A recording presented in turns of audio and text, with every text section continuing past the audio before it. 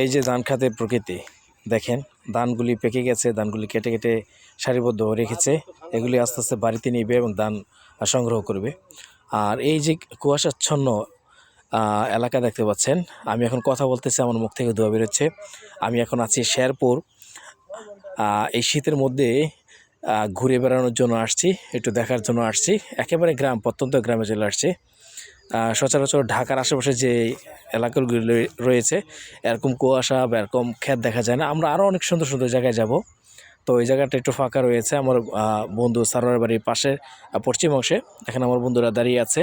তো আমি এখানে একটু দাঁড়িয়ে ভিডিও করতেছি। আমার কাছে অনেক ভালো লাগতেছে, কুয়াশা এবং শীত সবই ভালো লাগতেছে। এবং অনেক দিন পরে হয়তো কথা বলার সাথে সাথে মুখ থেকে ধোঁয়া বেরোচ্ছে। ঢাকায় কিন্তু সেই ধরনের শীত এখনও পড়ে নাই। তো এরকম গ্রাম ভালো লাগে কার, এরকম কুয়াশা এবং শীতের সকাল কার কার ভালো লাগে, এটা অবশ্যই কমেন্টের মধ্যে সবাই জানাবেন।